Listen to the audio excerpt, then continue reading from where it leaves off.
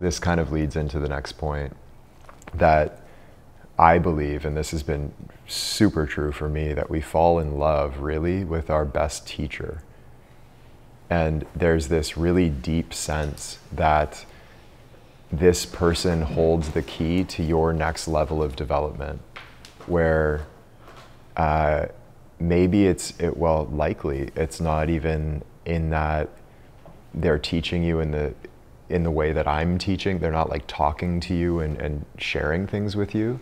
They're teaching just through interfacing with you and living life, and you're learning little ways that they do things.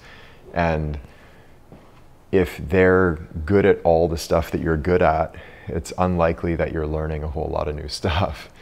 And much more likely if you're with somebody there's probably a whole aspect of personality, of life, that we've all always been curious about. Like, we're curious about the things that we're not so good at. How are people so good at that thing? Like, how is it that you can connect with that type of person so easily? Or how can you walk into a crowd and like be totally comfortable there? How is that? And then you meet a person who does that effortlessly, and you start learning a whole bunch really fast just by being with them. And that's the type of learning I mean. You're cross-training each other.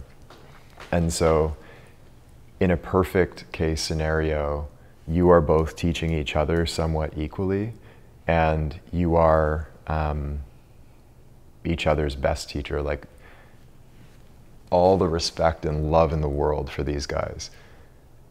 The best teacher I've ever had.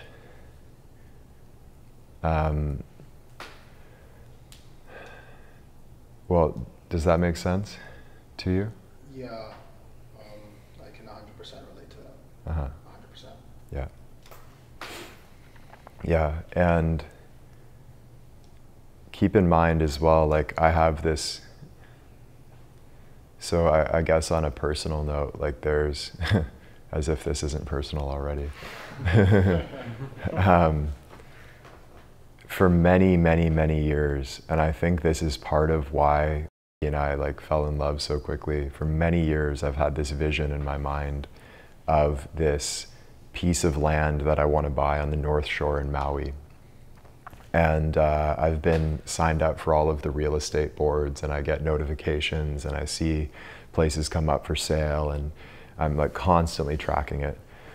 And I have this image in my mind of like a house for my family, and I know like the contractors on the island who build with bamboo and like their style of building and architecture, and I've really kind of been looking at this for a long time. And so I have it in my mind, like the house for my family and a separate office and an outdoor gym for me, and put it on the ocean, and this path going down to the ocean and trails on the property, and then a separate house for a retreat space like this one, where there's beds and bunks where people stay, and then a big teaching room, and we do it all there, and a big garden where we grow all our own food and have it on solar power and be completely independent off the grid. And I've been thinking about this for ages, and there's a whole bunch of stuff in that picture that I don't really care to do, like tending the garden and growing all this organic food, and certain aspects of like managing the property. And it's so funny, but I had this vision in my mind before well, I guess maybe around the time, it was before Marty and I got together, maybe before we even met. And loves gardening. She is obsessed with like ways of growing organic food, and works with all these medicinal herbs and makes like meals and tinctures, and it's totally her element, like of the earth, you know, and tending the land, and that's all her. And she just immediately, as I'm sharing this vision with her, she fits right in. And she sees that too. She's like all in. Yes, let's do this. So well, what we're all doing with a real partner is we're collaborating on reality. We're collaborating together.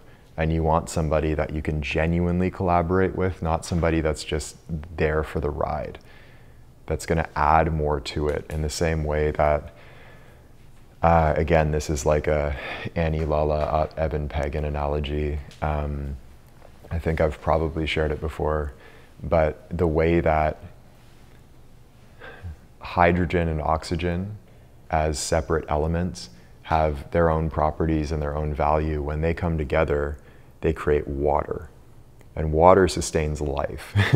So water is orders of magnitude more powerful than hydrogen or oxygen alone.